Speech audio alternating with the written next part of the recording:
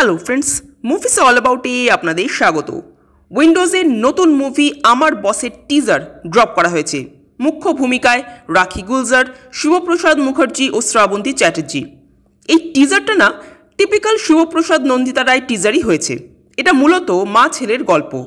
এখানে দেখানো হচ্ছে যে একটি ছেলে যে কিনা বাড়িতে একরকম, অফিসে অন্যরকম। বাড়িতে সে মায়ের যত্নাত্তি করা, মায়ের রাগ ভাঙানো, মায়ের আবদার মেটানো এক দায়িত্ববান ছেলে, কিন্তু অফিসে সে একেবারে উল্টো, ভীষণ টক্সিক, ভীষণ রাগী এক বস, যাকে তার অফিসের কর্মীরা রীতিমতো ভয় পেয়ে চলে। তো একদিন তার মা অর্থাৎ রাখি গুলজার এসে জয়েন করবেন ছেলের অফিসে।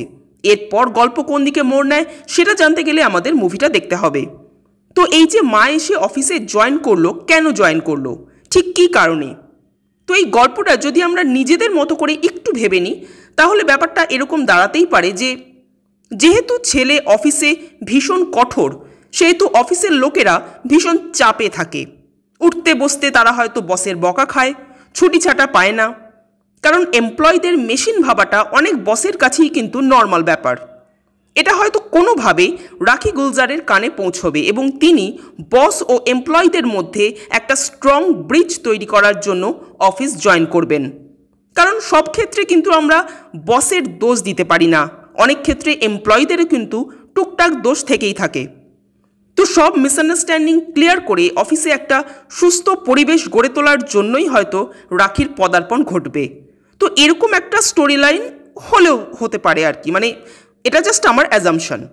বাট অ্যাকচুয়াল গল্পটা কি হবে সেটা ট্রেলার আসার পর কিছুটা হলেও বোঝা যাবে। রাখি গুলজার বহু বছর পর বাংলা সিনেমায় এবং বহুরূপীর পর শিবপ্রসাদ আবার অ্যাজ অ্যান অ্যাক্টর বড় পর্দায়।